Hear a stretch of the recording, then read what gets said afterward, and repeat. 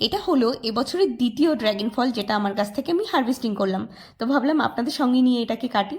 তো দেখুন কত সুন্দর ফ্রেশ ড্র্যাগন ফল, সবেমাত্র বৃষ্টি হয়েছে, আর রেখে দিলে না পাখিতে খেয়ে যাবে, ওই জন্য তুলে ফেললাম। তো চলুন কেটে ফেলি।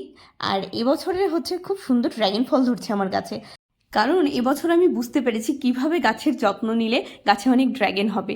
তো আমি সপ্তাহে একদিন করে খোলের জল দিই, আর এই ফল আসার আগে আমি দিয়েছিলাম কলার খোসা ভেজানো জল।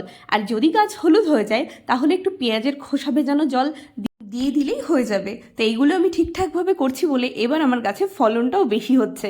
তো এই ফলটাকে দেখুন কত সুন্দর পেকেছে, আর বীজগুলো পুরো পুষ্ট হয়েছে এত সুন্দর। আর আমার ড্র্যাগন ফলটা খুবই মিষ্টি, আমার তো ভীষণ প্রিয়। আপনাদের কার কার ড্র্যাগন ফল খেতে ভালো লাগে অবশ্যই কমেন্ট করে বলবেন। আর আগের দিনের ভিডিওটা পছন্দ করার জন্য সকলকে অনেক ধন্যবাদ। এই কয়েকটা সহজ স্টেপ ফলো করলে আপনাদের কাছে অনেক ড্র্যাগন ধরবে। তো আজকের ভিডিওটা এইটুকুই, ভালো লাগলে লাইক সাবস্ক্রাইব করে দেবেন।